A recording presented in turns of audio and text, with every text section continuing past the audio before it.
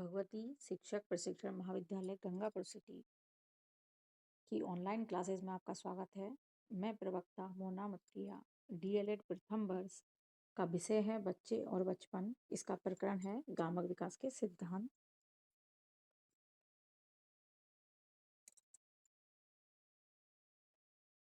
इस प्रकार से अब हम आगे देखेंगे गामक विकास का अर्थ।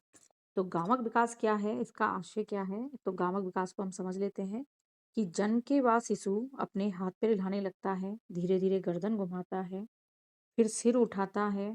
इसी प्रकार से धीरे धीरे खड़े होना, चलना, उतरना, चढ़ना, पकड़ना, कूदना, तैरना, तरह तरह के खेल खेलना, ये सारे कार्य करने लगता है। वह जो बालक का ये क्रियात्मक विकास ही गामक विकास कहलाता है। गामक विकास जो होता है यह एक निश्चित क्रम में होता है। यह क्रम सिर तथा गर्दन से आरंभ होकर बाजुओं और ऊपरी धड़ के अन्य भागों से होते हुए धड़ के निचले भागों जैसे पैरों के नियंत्रण और संतुलन पर समाप्त होता है। गामक विकास जो होता है वह सामान्य से विशिष्ट क्रियाओं की ओर अग्रसर होता है।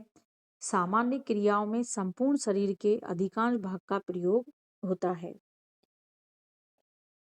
जबकि विशिष्ट क्रियाओं में केवल छोटी मांसपेशियों का प्रयोग होता है। तो शरीर के अंगों और मांसपेशियों का विकास है जिससे शरीर की गतिशीलता, समन्वय और संतुलन में सुधार होता है, वही गामक विकास होता है। गामक विकास बड़ी से छोटी मांसपेशियों की ओर बढ़ता है। बड़ी क्रियाओं में शरीर के अधिकांश भाग का प्रयोग होता है, जैसे टहलना, दौड़ना, कूदना, फेंकना आदि। सूक्ष्म क्रियाओं में केवल कुछ अंगों की जरूरत होती है, जैसे चित्र बनाना, लिखना और औजारों का प्रयोग करना। गामक विकास की गति संपादन दक्षता में बाल्यकाल, किशोर अवस्था तथा निरंतर वृद्धि होती रहती है इन अवस्थाओं में, परंतु उसके बाद इसमें उतार आता है। गामक विकास जो होता है इसका अधिगम तथा परिपक्वता दोनों मिलकर गामक विकास की चालक कुशलताओं के विकास के स्वभाव का निर्धारण करते हैं। शुरू की सुगम चालक कुशलता के विकास में अधिकांश भाग परिपक्वता का होता है, लेकिन जब बालक प्राथमिक स्कूल आयु पर पहुंच जाता है तब उसके विकास पर प्रशिक्षण का भी बहुत प्रभाव पड़ता है। जैसे आयु के साथ साथ बच्चा रेंगना, घुटनों के बल चलना, बैठना आदि सीख जाता है, तो यह परिपक्वता का परिणाम है। लेकिन आयु वृद्धि के साथ साथ बच्चों में अपने प्रयोग करना, चित्र बनाना, विशिष्ट क्रियाएं करना, ये सारी चीज प्रशिक्षण का प्रभाव होता है।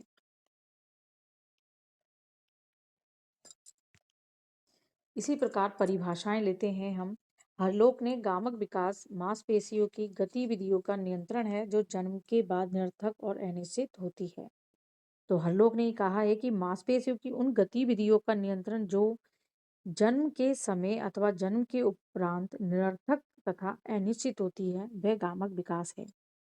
इसी प्रकार से क्रो एंड क्रो ने भी नाड़ियों तथा मांसपेशियों की क्रियाओं के समीकरण द्वारा जो शारीरिक गतिविधियां संभव होती हैं वे गामक विकास की क्रियाएं होती हैं।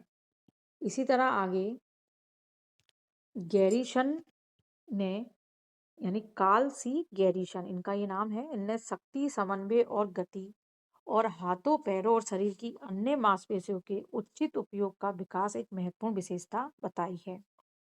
गामक विकास बालक के शक्ति, अंग सामंजस्य तथा गति का हाथ, पैर तथा शरीर की अन्य मांसपेशियों के ठीक ठीक उपयोग का विकास है। उपयुक्त परिभाषाओं से स्पष्ट है कि गामक विकास शारीरिक विकास से संबंध है।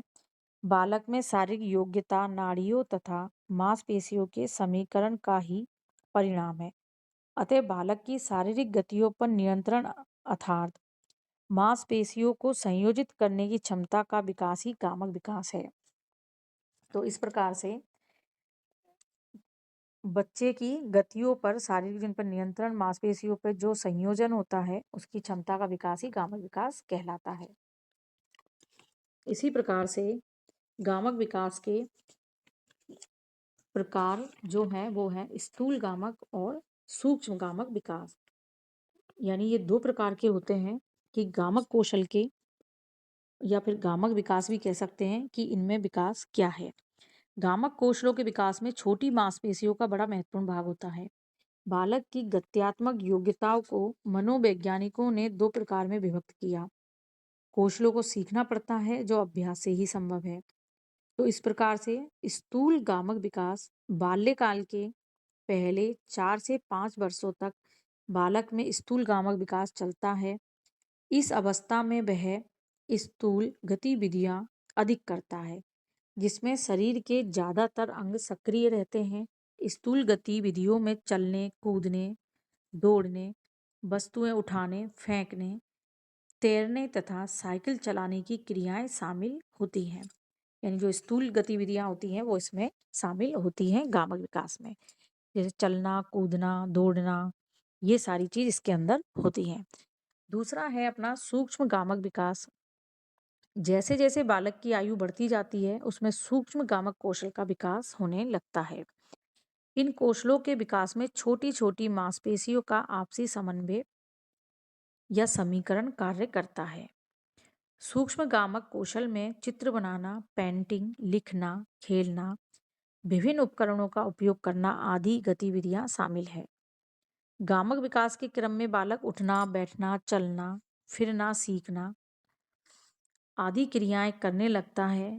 वह सब गतिविधियां आसानी से सीख जाता है, परंतु बालक के स्वतंत्र रूप में एक वयस्क के रूप में चलने की क्रिया सीखने में बहुत अधिक समय लगता है तथा ऐसा धीरे धीरे ही संभव हो पाता है। चलना सीखने से पहले बालक बहुत सी क्रियाएं करता है, जैसे कि लुढ़कना, खिसकना, घिसटना, घुटनों के बल चलना, खड़े होना, फिर चलना। तो अच्छी तरह से खड़ा होना सीखने के बाद बालक आत्मविश्वास और सावधानी के साथ पहला कदम रखता है। संतुलन सही नहीं होने के कारण वह गिरने का भय रहता है, अतः पहले तो वह किसी का सहारा लेकर चलता है, तत्पश्चात वह चलने में दक्षता प्राप्त करने लगता है। अधिकांश बालक 12 माह से 14 माह की आयु में चलना सीख जाते हैं। कुछ बालक 7 से 8 माह की आयु में चलना सीख जाते हैं। इसी प्रकार से बालक का सर्वांगीण विकास इसी पर निर्भर करता है। जैसे कि लड़कियां लड़कों से जल्दी चलना सीखती हैं। ये हमारा एक गामक विकास का ही कौशल है। किसी प्रकार की कार्य क्षमता को प्राप्त करने को कौशल कहते हैं, जिसके द्वारा कोई कार्य स्वयं सहज, सही तथा सुविधाजनक ढंग से शीघ्र संपन्न हो जाता है। शारीरिक कौशलों का विकास परिपक्वता, अधिगम, अभ्यास, मांसपेशियों का समन्वय निर्भर करता है कि एक आयु विशेष में कोई विशेष कौशल अर्जित किया जाता है, जिसका आयु के विकास के द्वारा रूपांतरण में विकास होता है। तो इस प्रकार गामक कौशल छोटी छोटी गतिविधियों से अपने में स्थिरता लाने तक का विकास है।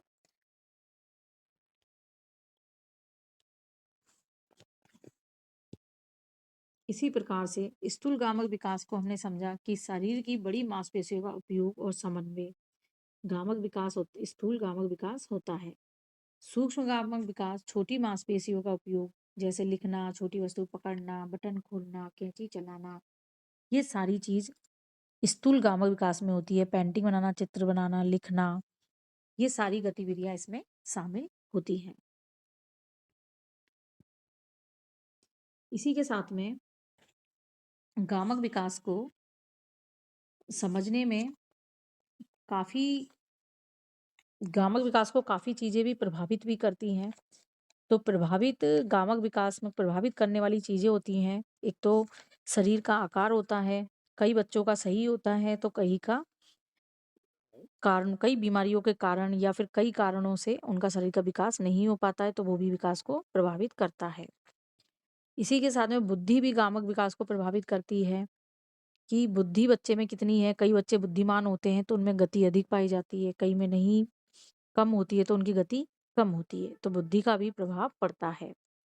गामक विकास को मांसपेशियां, अभिप्रेरणा, विशेष गति, एक डर, ये सारी चीजें गामक विकास को प्रभावित करती हैं। गामक विकास जो होता है उसका एक क्रम होता है जो गामक विकास के सिद्धांत हैं, जैसे कि एक है गामक विकास अधिगम तथा परिपक्वता दोनों पर निर्भर करता है। यानी सीखने और परिपक्व होने में गामक विकास का महत्वपूर्ण योगदान है। गामक विकास में एक निश्चित क्रम होता है, जैसे सिर से पैर तक, जिसे बोलते हैं सिरोपुक्ष क्रम। एक होता है शरीर के मध्य से दूर दिशा तक, यानी समीपो दूरस्थ क्रम। ये दोनों क्रम में ही गामक विकास होता है। और गामक विकास को व्यक्ति की भिन्नता के रूप में भी जाना जाता है कि अगर विकास के विभिन्न चरण क्रमबद्ध रूप में चलते हैं और सर्वव्यापक हैं, फिर भी व्यक्तिगत भिन्नता का सिद्धांत कुछ चरणों में संभव है। ये भिन्नता उन बच्चों में पाई जाती है जो किन्हीं कारणों से पिछड़ जाते हैं या उनमें अति उत्साह पाया जाता है, जैसे कि भोजन की कमी है, अस्वस्थ वातावरण है, प्रेरणा है, यानी प्रेरणा का अभाव आदि कुछ कारक हैं जिनके कारण बच्चे पिछड़ जाते हैं। ये भी देखा गया है कि बच्चे एक गामक क्रिया में पीछे रह जाते हैं, वे अन्य क्रियाओं में भी पीछे रह जाते हैं। तो गामक विकास को कई चीज़ें प्रभावित करती हैं, कई सिद्धांत इस पे काम करते हैं। लेकिन गामक विकास यही है कि बच्चा जब छोटा होता है, तो वह कई क्रियाएँ करता है, तो उन सभी क्रियाओं को गामक विकास कहते हैं। यानी बचपन की जो छोटी-छोटी क्रियाएँ होती हैं और एक स्थिरता आने तक चलती हैं, वो गामक विकास है। और इसी के साथ में हमारा गामक विकास पूर्ण होता है। धन्यवाद।